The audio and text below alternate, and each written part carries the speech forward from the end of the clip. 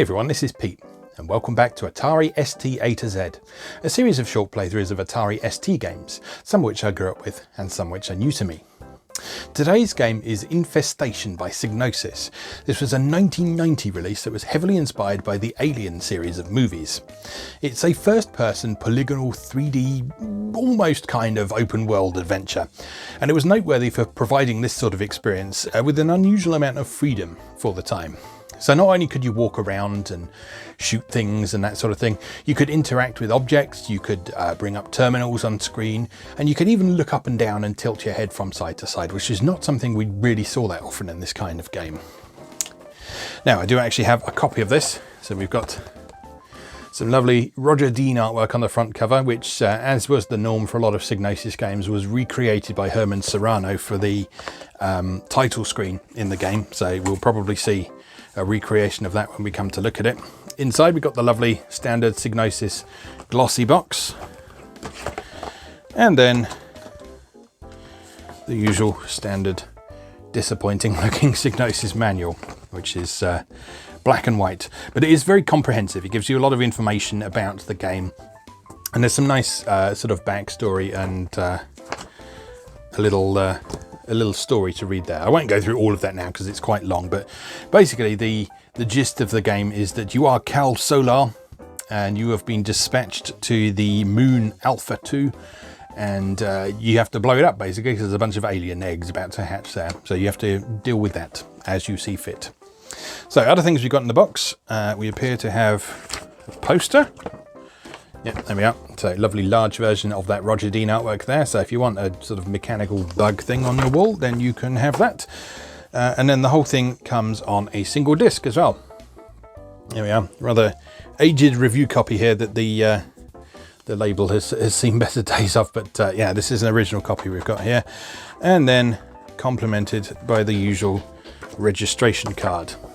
So what does this say? Thank you for buying our product. In order to help us maintain future quality and keep you and your retailer informed of new products, please complete and return this questionnaire. So nothing too interesting there. Anyway, that's Infestation. Let's go play it. Okay, here we are with Infestation from Psygnosis, kicking off in English, of course, because I'm speaking English. Yeah, so I remember playing this back in the day and being quite impressed with all the 3D graphics and such like, but it was one of those games that I think I was a bit young to sort of appreciate at the time because I didn't really understand what you're supposed to be doing and that sort of thing. So I'm not going to make any guarantees as to how far we're going to get today or anything like that. I do have the key control guide in front of me from the manual, which I think we'll need because there's a fair amount of buttons you can press in this to pull up different bits of information and change what you're doing and that sort of thing. We've got a nice bit of digitized music playing in the background in the meantime. Right, let's play from initial position. So your job as Cal Solar, remember, is to go and find the alien eggs that are in a base and destroy them, and preferably blow up the whole moon in the process. So we start with this little sequence here, where you're on the surface of the moon, and you have to find your way to this terminal, which is actually directly ahead of you when you start. But it's very easy to get into a situation where you are just wandering around aimlessly for ages. So that's the first thing you need to know, is that you just need to fly straight ahead for a little while in order to reach this terminal, activate the transporter, and then you can step into this peculiar thing over here to find yourself inside the base. Alright, here we are. So, let's deal with this thingy here first.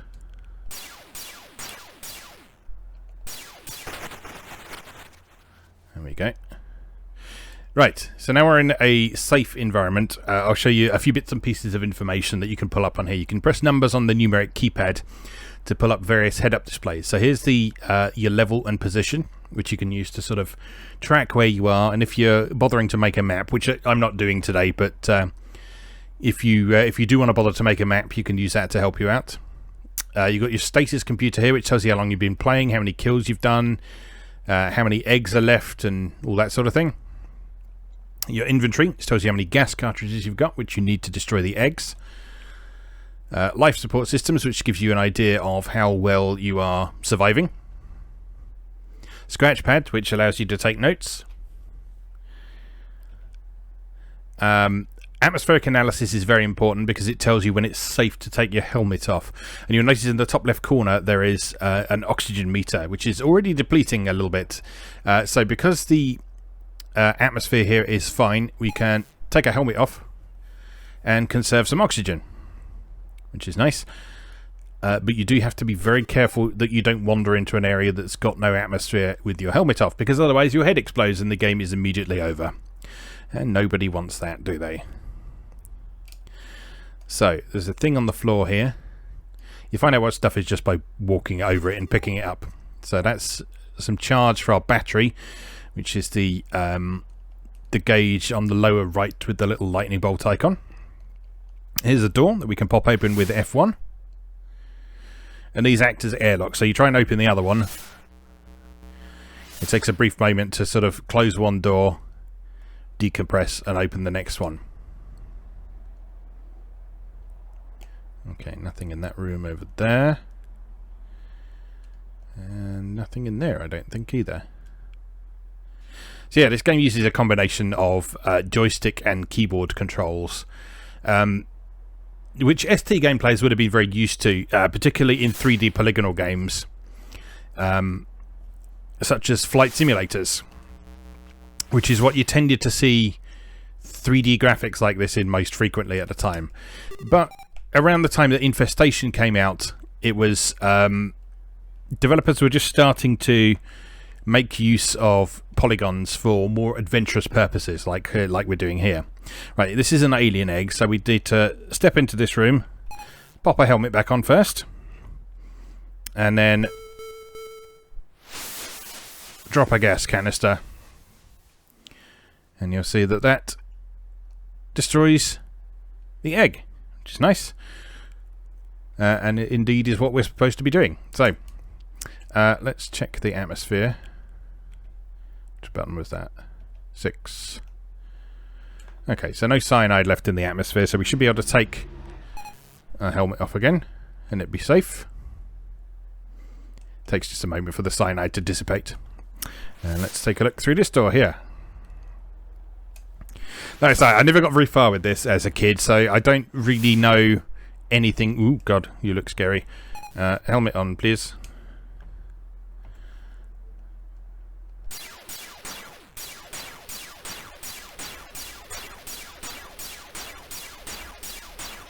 We are doing damage to him, that's what the sound is indicating.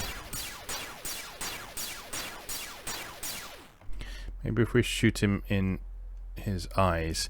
So yeah, this was sort of the big revolutionary thing in this game at the time. It was the fact that you could switch into what it called reconnaissance mode, and you could look up and down, and you could tilt your head from side to side and all sorts of fancy things like that.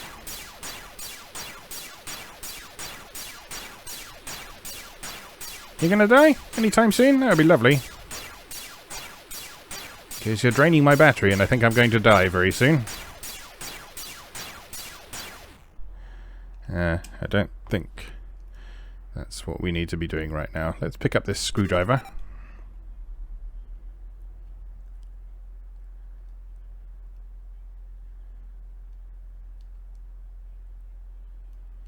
And yeah, maybe just get out there. He doesn't actually seem to be actively attacking us. I'm just going to quick look in the manual, see if it says anything about enemies. Hostile forces. Alien. Oh god, we are losing battery power. Right, let's take the old helmet off again. And let's switch the suit systems off as well. That saves battery as well, but that also means that your gauges down at the bottom don't do anything. Alright, hostile forces, alien eggs, sentry droids. These patrol certain rooms and will automatically attack anything that enters. They can be disabled with your pulse rifle. I don't think that thing was actually an enemy. Strange. It looked dangerous though. Anyway, we're going to need to find a battery before we go any further, I think. So let's have a look in here.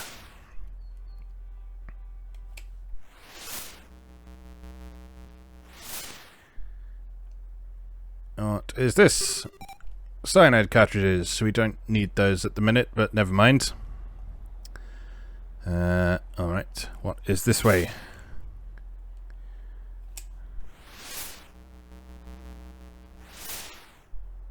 Oh, helmet on. Helmet on? No. I've died. Because that is a hangar that evidently opens out onto the moon surface. Alright, well, let's try that again then. Maybe without wasting all our battery power this time. You can save your game in this. I think you need a separate disk to do that though, because there's a format disk in Drive 0 option to in order to do that on the title screen here. So we won't worry about that for the moment. Like I say, I'm not going to make any grand promises of how far we're going to get or anything like that. Because I don't know the solution to this game. I believe it's one of those games that if you know what you're doing, you can blast through the whole thing in about 20 minutes or so. But I do not know what I'm doing. So, well, there you go. Open the thing. There we go. And the name you have to type in here, this is sort of a very, very lightweight form of copy protection. Because you'll only know that your character's name is Cal Solar if you've read the manual. Or indeed the back of the box, I think. But yeah, if you got a copy of this game without documentation or anything like that, then yeah, you might not have known that, and that would have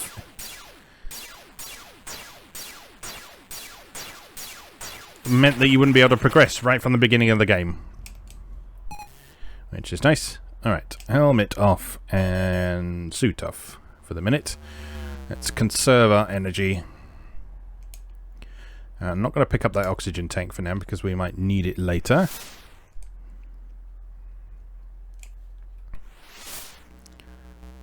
Open this up.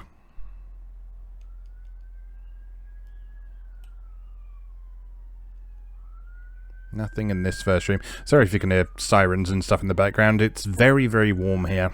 So I've got the door open to let a bit of air in. Because having the fan on generates noise.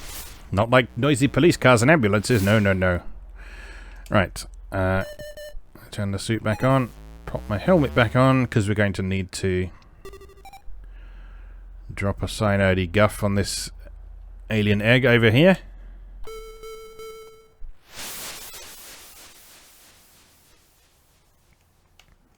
There it goes.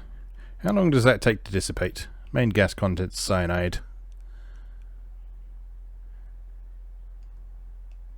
I guess after a moment that should update and say that it's safe to breathe again. There we are. Safe again. Right. Helmet off. Suit off.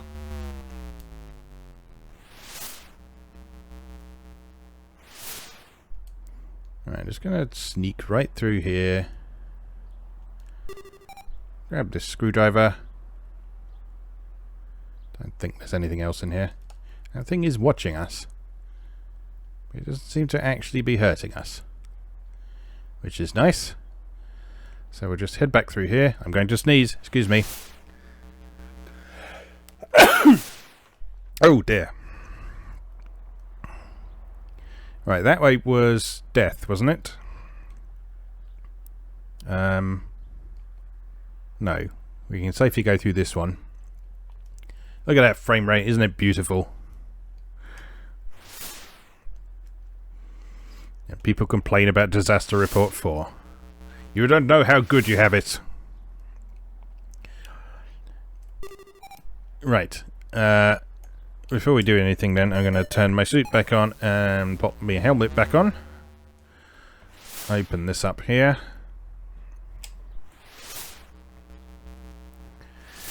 And we should be safe to walk into here this time. So, this is like some sort of hangar. So if we switch into... Oh god, there's a baddie there.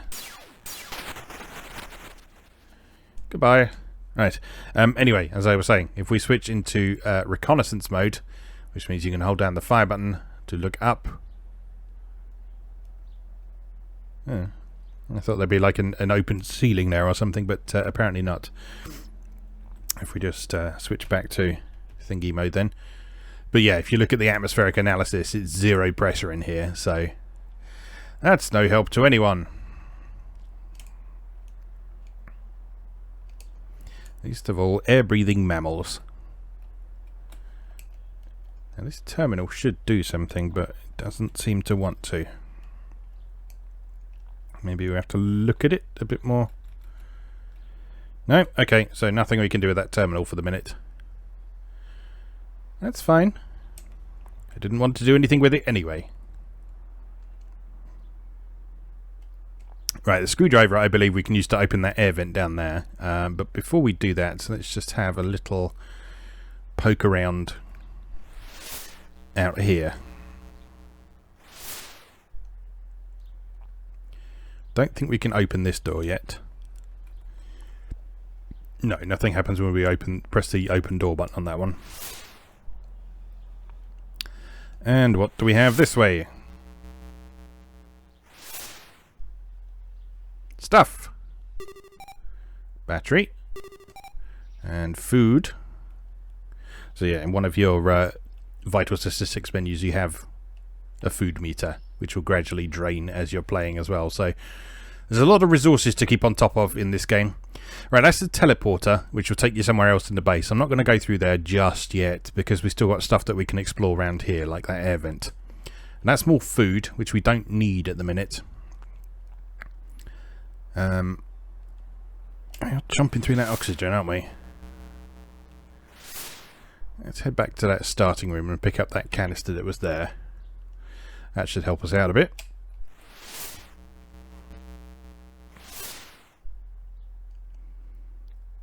Question is, which way was that? You can use the open doors to sort of keep track of where you've been. It's quite a useful feature. No, that's the wrong way.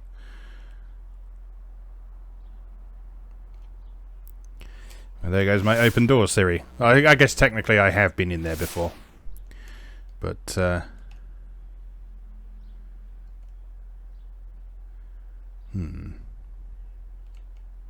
There's a fast turn function as well. I think that just... Yeah, there you go. Let's leave that turned on for the minute. Doesn't make you run, but it does make you turn more quickly, which is quite useful. Back through there, I guess. Because I think these are just empty rooms, aren't they? Yes.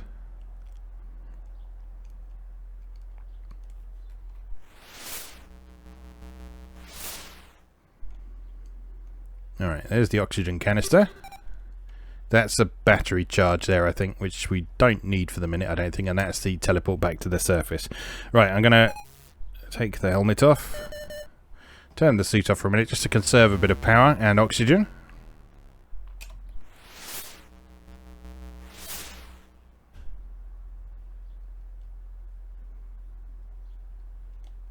And then we'll make our way back into that spaceport room and have a look in the air vent.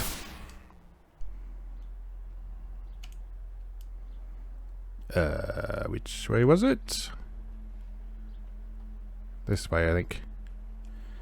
Oh, someone's mowing their lawn noisily now. That's nice. Right, then it was off to the left here, wasn't it? So that means we need to turn things back on and put the helmet back on.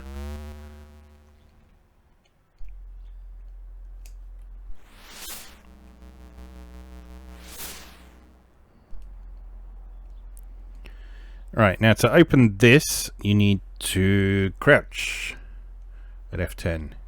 Crouching is a very gentle process, as we all know. Evidently, Cal Solo's knees are not what they used to be. And we're into the air vent. So what do we have in here? We can go that way.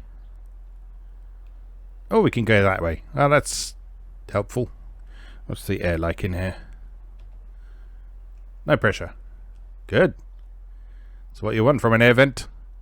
No air. I was going to follow this passageway for the minute and see where it goes.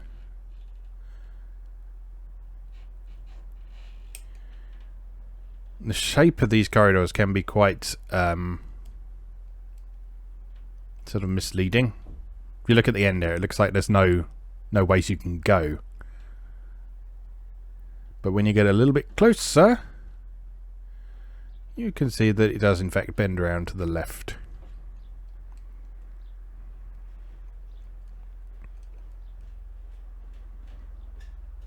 So I'm just not going to take any side turnings for a minute. We're just going to see where this makes us end up.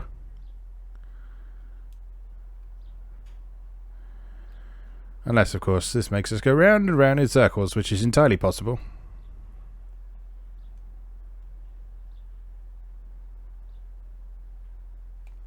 In fact,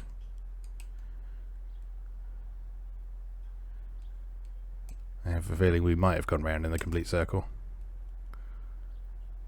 Or have we? Am I, in fact, now completely lost? You know what? I think I might be.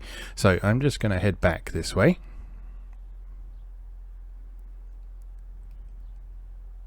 This is where an auto map would have been incredibly useful. But with this being an early 3D game, people had not yet figured out 3D auto maps.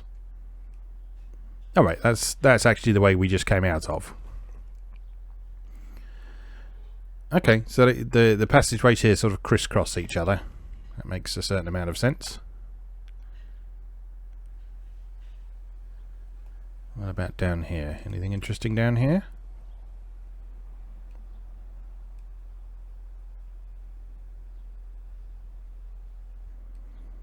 It's a very quiet game, this. That's one of the nice things about it, I guess. One of the ways that it sort of indirectly pays homage to stuff like Alien. Because the fact that you're creeping around in complete silence a lot of the time really adds to the atmosphere. Makes you wonder what you're going to find around in the next corner. Because yes, sometimes there is unpleasant stuff in these air vents. It warns you as such in the manual, so it must be true.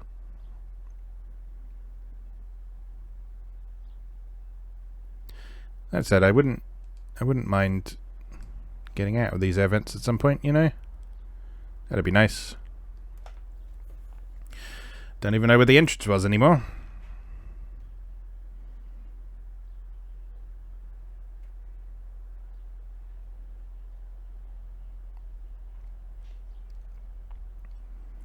I think we're going back the way we came, aren't we? Alright. Because unless there's an almost identical bendy corridor that cuts a corner like that. Yes, I think we've got turned around and gone in the different direction. So, did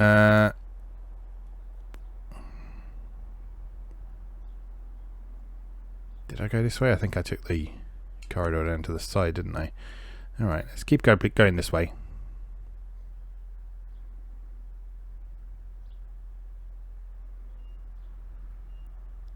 Now, a sane person would have made a map as he was going around. I did consider doing this, but, you know, this is just going to be a sort of quick demonstration of what this game is all about. And apparently it is mostly about getting lost in air ducts with no air in them. But yeah, if you actually bother to make a map of what you're doing, then you will probably find your life being a little bit easier. Let's try going right. See where this brings us.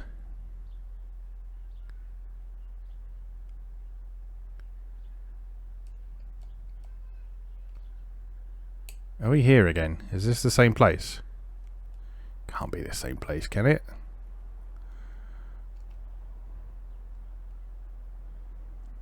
I'm chomping through my oxygen and my battery. So we're probably going to die in here. That's nice, isn't it? I'm sure everyone relishes the thought of suffocating to death inside a duct. There are worse ways to go. Not many worse ways to go, but there are worse ways to go, I'm sure.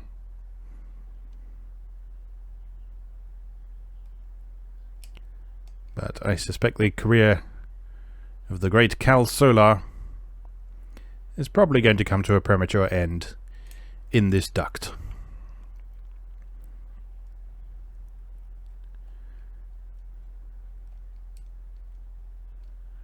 Unless something fortunate happens very soon. Alright, let's go left this time, because right just took us back to where we were. And this takes us on another bendy corridor down here. It's a journey of discovery.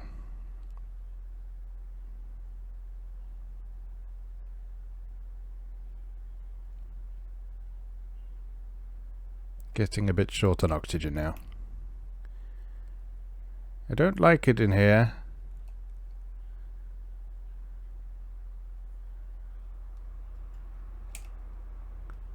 Oh God, where are we?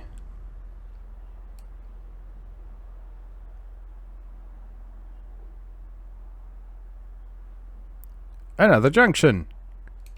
Let's turn right and see if that has just brought us back to where we were before. I suspect it has. So I suspect... Yes, there we are. So I suspect the way we've been going is a complete waste of time. And we're running out of oxygen. Alright, well, let's do what we can.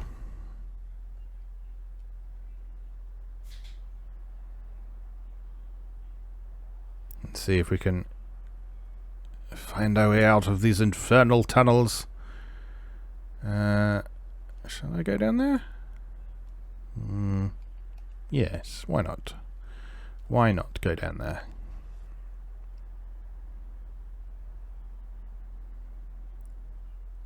And let's go right.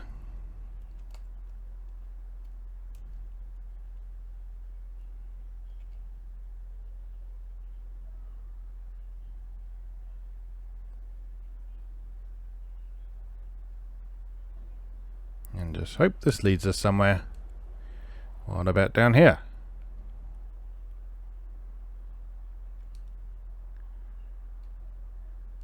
Nearly out of air. And no sign of the exit. Oh God. There's no way out. There's actually no way out.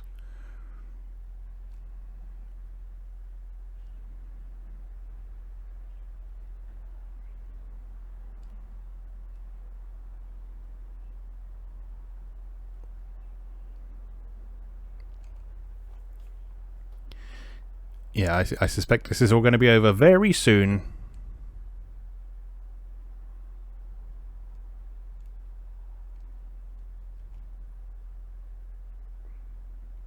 But hey, at least there's no radiation. Because yes, there is radiation in certain places. That's another thing you have to bear in mind. You have a little radiation meter in the middle of your suit down at the bottom. And obviously being in a place that is full of radiation will drain your suit's power as well, because it's having to compensate for that and protect you from that as well. So a lot of things to consider in this game. If you can actually find a situation where you need to consider them.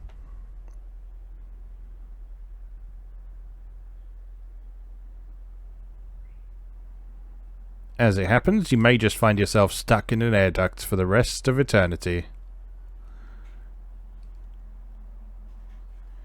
Oh, my battery's running out now as well. Hooray!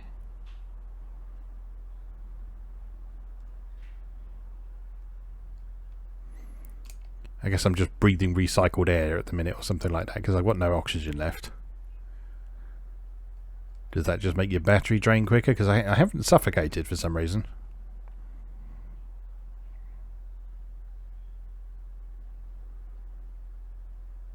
Imagine that, having to live your life just inhaling your own stinky breath for the rest of eternity.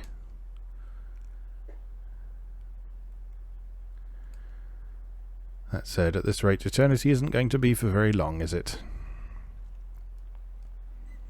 Poor old Cal Solar. Oh my God, I think we've made some progress. Or indeed, started finding our way back towards where the entrance was. Let's try this way, because I remember coming past that crossroads there. And we went straight on instead of taking either of the passages down the side. So let's have a look down here and just see if we can get anywhere before death. Before inevitable death.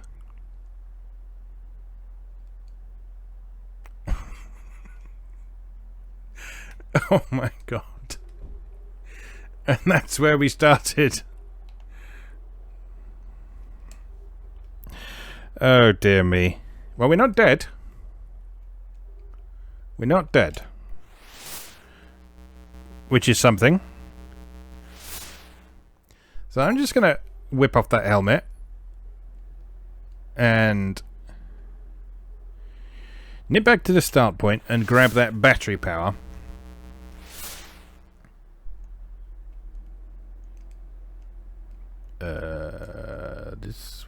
No. This way.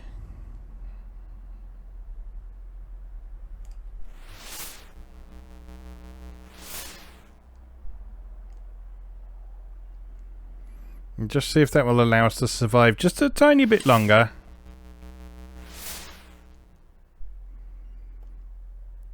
And figure out where we might want to go. Right, battery fully recharged. Could do with some oxygen.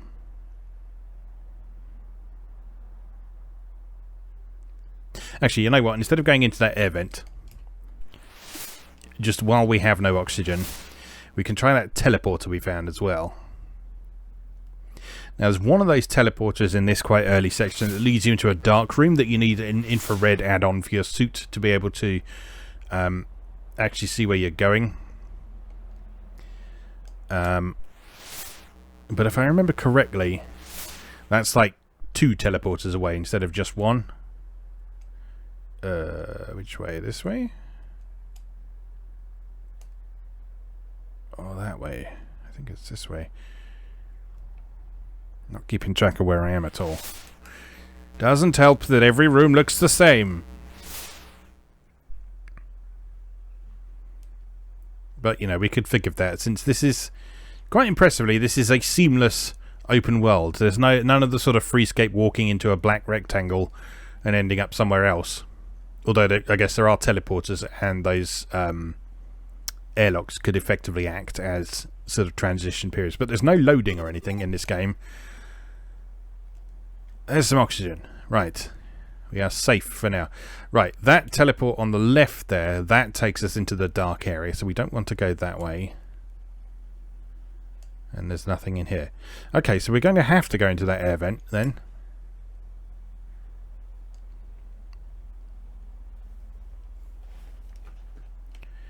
How are we doing for food? I need to put my helmet on to do that. Not very well. Let's pick some up. There we go. See, it's all good. It's all fine. Everything's fine.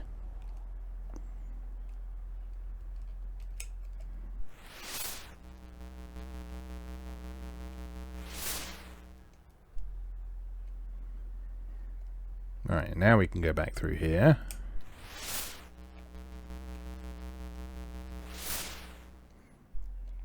See, this game is frustrating in the way that only early 3D games can be, but it's also quite compelling and atmospheric. You kind of want to see where you end up when you try and do things.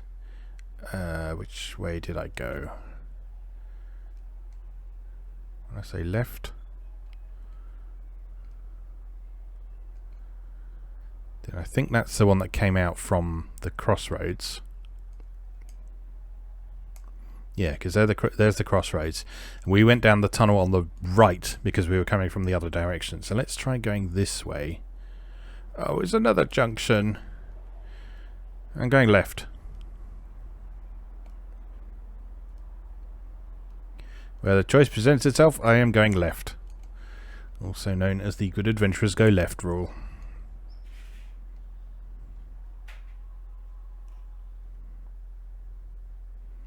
Left again.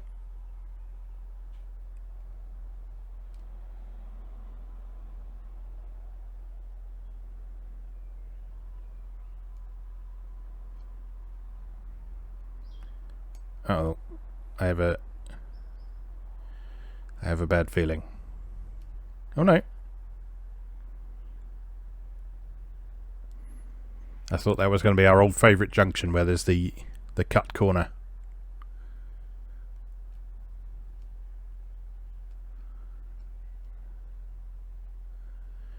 We're still not really getting anywhere.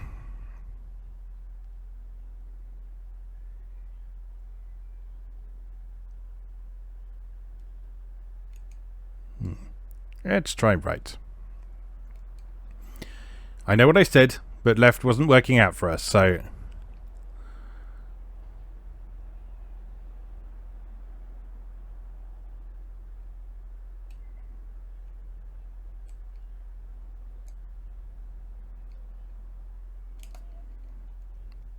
And the way I suspect this is structured, I suspect there's like a main shaft, which is the...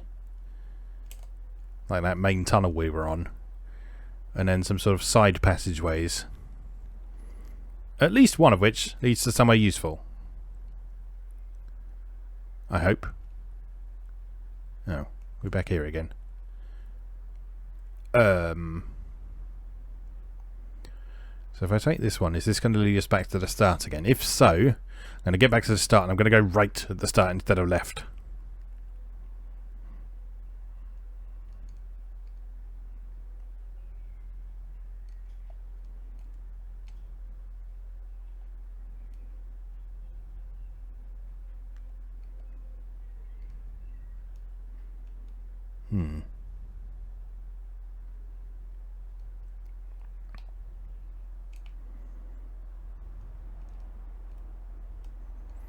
Yeah, well, I would definitely say making a map would be an essential for playing this game. Not just a nice thing to do. I would say it's an essential.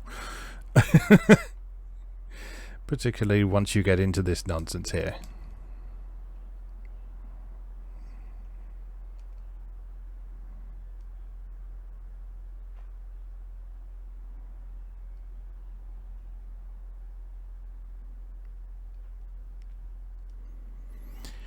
There are sort of strategies for finding your way out of a labyrinth like this. I think it's sort of you imagine sort of placing your hand on a wall and just following that wall around until you find something, I think. So that's where sort of the approach of always taking left turns when you can comes from, for example. Is that the way out? No, it is not. So again, we'll go with that approach for now.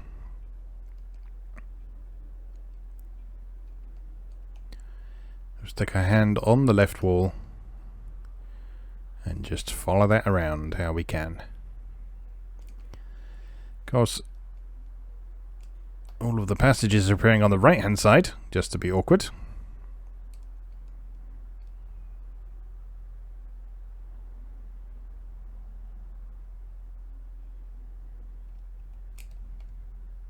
There is a compass pickup you can find somewhere. I can imagine that would make this section quite a bit easier. That said, I think one of these modes... Yeah, this mode here has a compass in degrees. Oh, hello. Oh. Glitch. Wasn't anything actual. It was just a glitch. That's nice. Okay, well, let's follow what we were saying. Go left. And left again.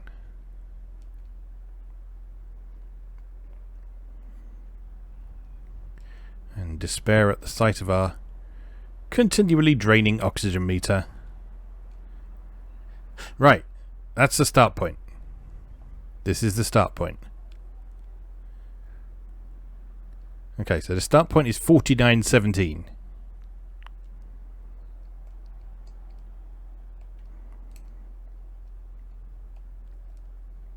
Oh my god, was it really that simple? Unbelievable. Absolutely unbelievable. Still no pressure in here though. I can't believe that. That's ridiculous. The solution to that puzzle was turn right at the start. Oh dear me. What is going on here? Crisscrossy walls. Crisscrossy walls with an alien egg. Death to the alien egg. Well, cyanide is very localized, it seems. So you can actually just sort of let off a cyanide. What the hell is that? You can just sort of let off a cyanide guff and then... Is that a thing I want to walk into? Oh, it does spread though, doesn't it? Let's drop another cyanide thing and see if that gets rid of this. No, it does not. What happens if we walk into it? Nothing happens if we walk into it. Can we shoot it? We can't open it.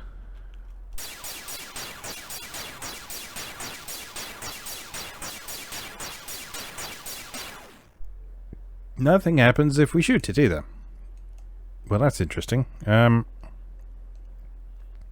Use item. Open. No. I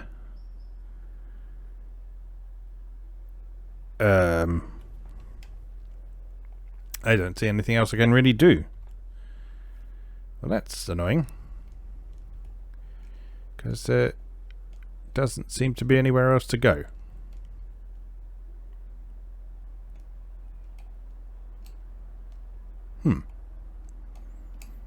Okay, well then. I think I'm officially stumped on this game. So I think this may well be where our journey comes to an end. Unless we can figure out what to do with this thing. Which... No. I don't know. Is there anything in the manual on this? Just while my oxygen and battery run out, let's just check the manual.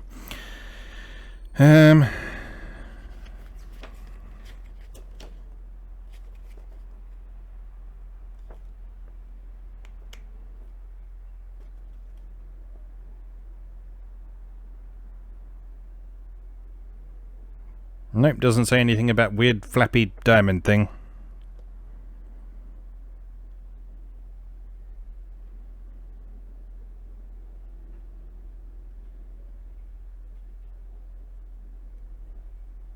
No. Well.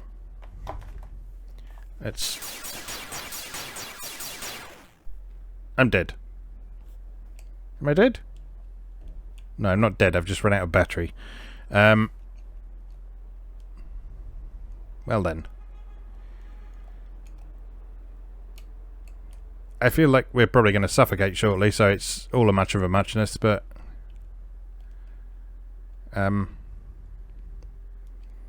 Sure.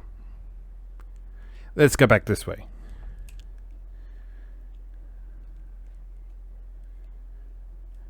There must be something in the other direction, but I'm not going to go looking for it right now. Because, you know... That's nonsense.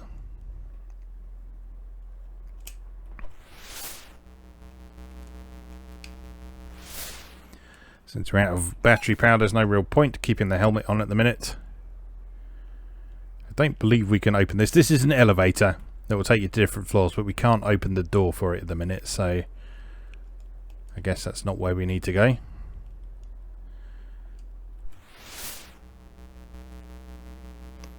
Yeah, like I said, this game is annoying, but there is something incredibly compelling about it that just makes you want to investigate all its mysteries. It just makes you think, oh, well, what if...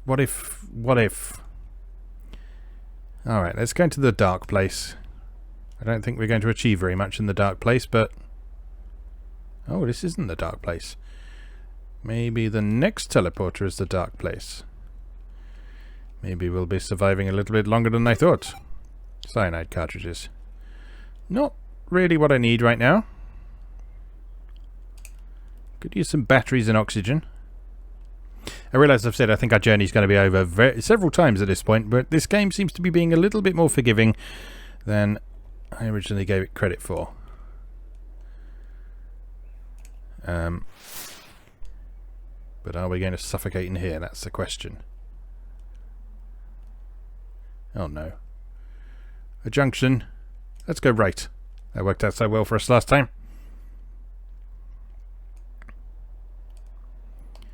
Before we go any further, I'm just going to check left as well, just in case. Just in case I've been burned before.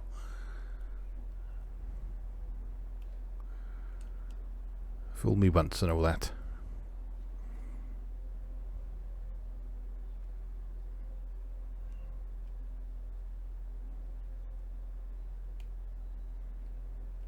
I guess in some respects, you could almost call this game a survival horror, in that you're managing limited resources and you're creeping around a mostly deserted environment, facing off with occasional enemies.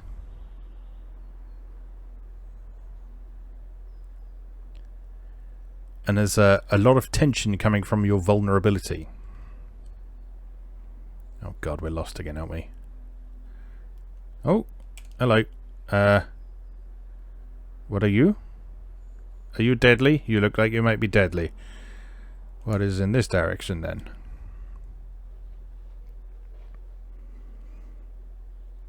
You also look like you might be deadly.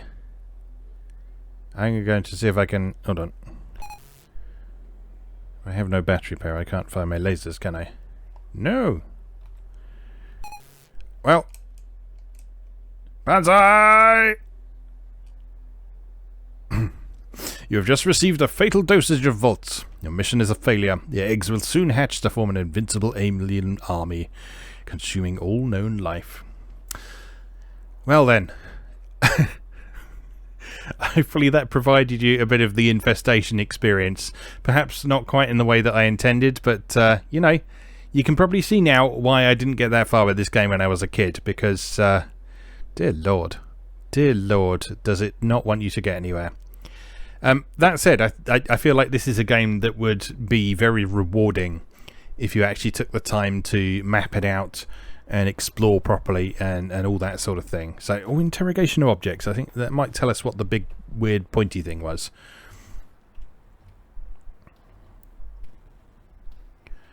Food canister, that's what the compass looks like. Master key, suit charger, infrared unit. That's what you need to light up the dark area. Screwdriver, cyanide cartridges, fuel pack for the MMU, that's the jetpack you use at the beginning. Boulder, terminal, other type of terminal, defender. These glide through the air, swooping on their targets. These are rare and can kill by their deadly stare. They turn to face you and then release deadly photons. Oh, so that is an enemy. Vicious moon marauder. Welding droid. It is not hostile, but can electrify you. And indeed it did. Okay, so it doesn't say what the weird flappy thing was. Anyway, I guess we'll leave that there for the minute. As always, thank you very much for watching, and I'll see you again next time.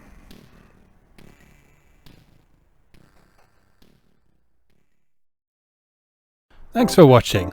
If you enjoyed this video, please help out the channel by leaving a like or a comment and subscribing. New episodes of Atari A to Z are on Tuesdays and Atari ST A to Z on Thursdays.